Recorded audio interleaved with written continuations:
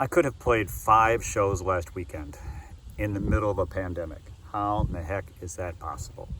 Hey everybody, this is Scott Metco. Welcome to episode number 5 in Music City Mondays. Coming to you from beautiful Nolensville, Tennessee. It's a little town. It's the first town I moved to when I first moved to Nashville, or first moved to Tennessee in 16 years ago. Yeah, 2004.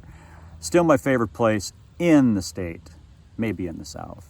But Music City Mondays is a weekly little video series that I do where I try to throw out some success nuggets, things that have worked for me in this town, in this business, in hopes that you will find something to give you some ideas that will help your way, not only in these challenging times we're in right now, but anytime, because we're going to get out of it at some point.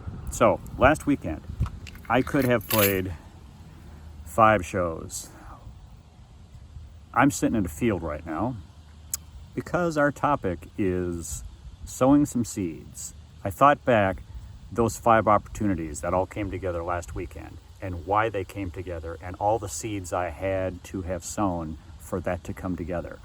So Friday night, I got a call to play with the main artist that I've played with for the last 12 years. I found that artist doing the thing that everybody talks about.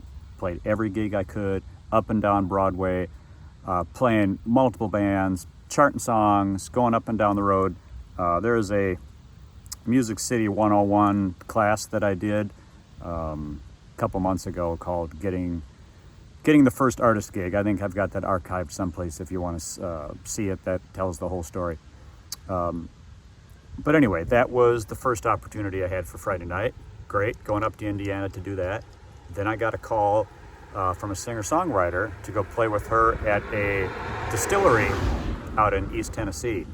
I met this gal because I was playing a show opening up for Runaway June a year and a half ago. I was with the opener, the first support. This gal was in the middle slot, second support. I thought she was fantastic. I loved listening to her, heard her sound check, heard her show. I would have been a fan and bought her music. So I just talked to her, I guess it was in between sound check and show, and just got to know her, found out where she was playing over the subsequent summer. I was going to be down there as well.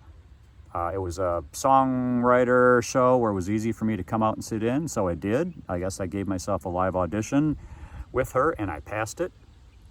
So she also asked me to play on Saturday. I got to play with her on Saturday. So she was responsible for 2 out of the 5 shows I could have played. So Saturday night, playing with her downtown Nashville, I could have played a 4 to 7 with another artist. I probably could have made it. I probably could have been all stressed out, rushing around, left the first show in a hurry, buzzed downtown, tried to find parking, came in at the last minute, all sweating and stressed out. I could have done that. There are people that do that. That's not music to me. That's not, it wouldn't have been a good gig for either one of the bands I played with, because the first one would have known I was stressed out trying to get out of there. The second show would have known that I was rushing in at the last minute all flustered, so the first couple songs I played probably would have sucked.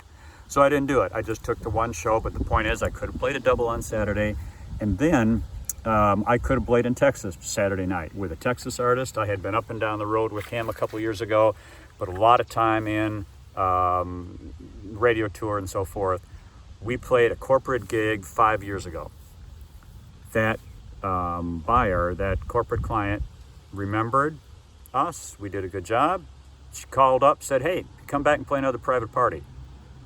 I couldn't play it, but I put a band around him so he could go play it. Made a booking commission off of it. So those were 5 shows in 2 days.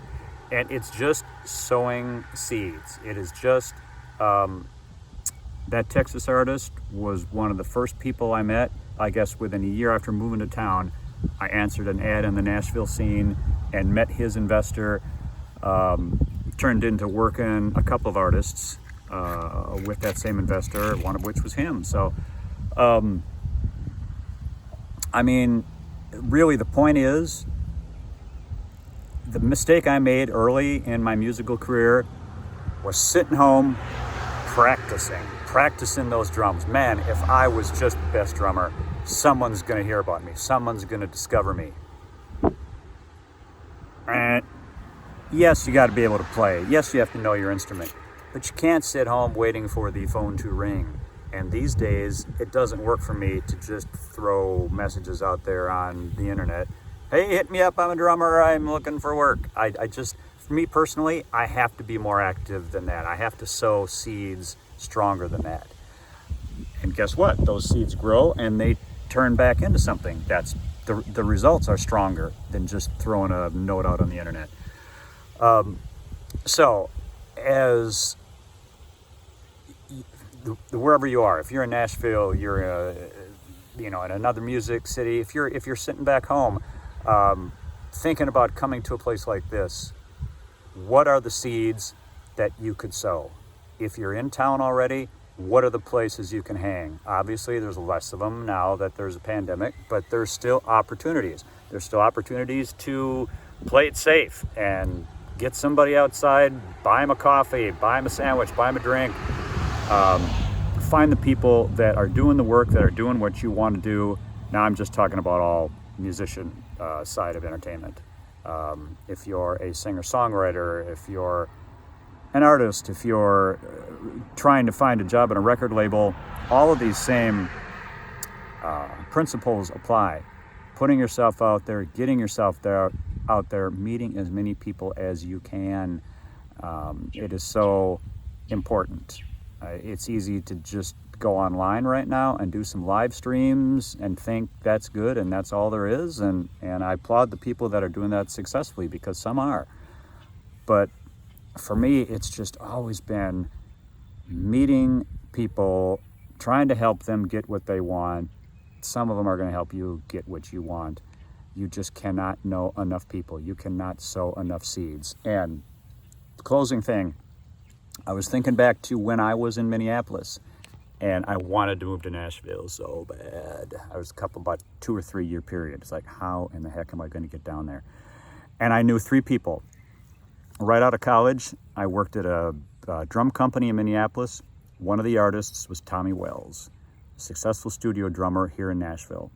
He was the first guy I called when I wanted to come down here. And he says, man, you got to move here. You just got to move here, man. You got to be here to hear about the auditions. You just got to come here. And I remember looking out the window and I was in Eagan, Minnesota at the time. It's like, okay, I got to get to Nashville. How am I going to do it? I was playing in a church at that time, and the bass player in that praise band was in a contemporary Christian band that was actually on the contemporary Christian music charts at that time. Was playing with a band called River, and they were coming down here for Dove Awards. They weren't living down here, but they were coming down here and doing all kinds of business. One of the guys did actually move here, and when I found that out, I thought, okay, I need to get my friend that I play with every Thursday night at this church to introduce me to his friend that's now living in Nashville. I did that. I made a connection. First time I visited Nashville, this guy took me out for breakfast at Cracker Barrel in Cool Springs, sat and gave me tons of information that was so helpful to me when I first visited Nashville like 3 or 4 months before I moved here. And I had another buddy that I worked with at a drum shop back home, Rick Brothers. I'm going to give a shout out to Rick Brothers. Super helpful. He introduced me to some people. By the time I got here in 2004, he was just getting a gig with Gretchen Wilson. The Redneck Woman tour was in full swing. So I thought, obviously, there's success to be had in this town. He's doing it. I'm seeing other people doing it. I got to figure out a way. But he was a guy. He was another seed that I sowed. He got me a house gig when I first came to town.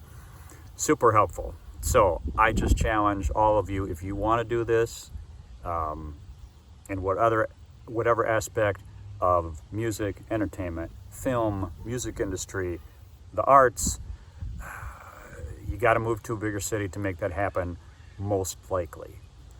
And what seeds can you sow? What people can you meet? What feelers can you put out there? So over the course of years, the phone can ring 5 times in one weekend. That's the place you want to get to. So stay tuned.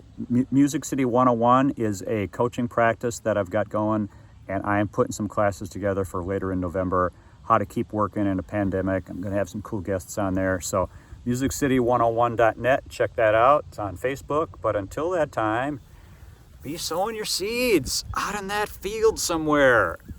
Music City Mondays. Hope you're having a lot of success. We'll see ya.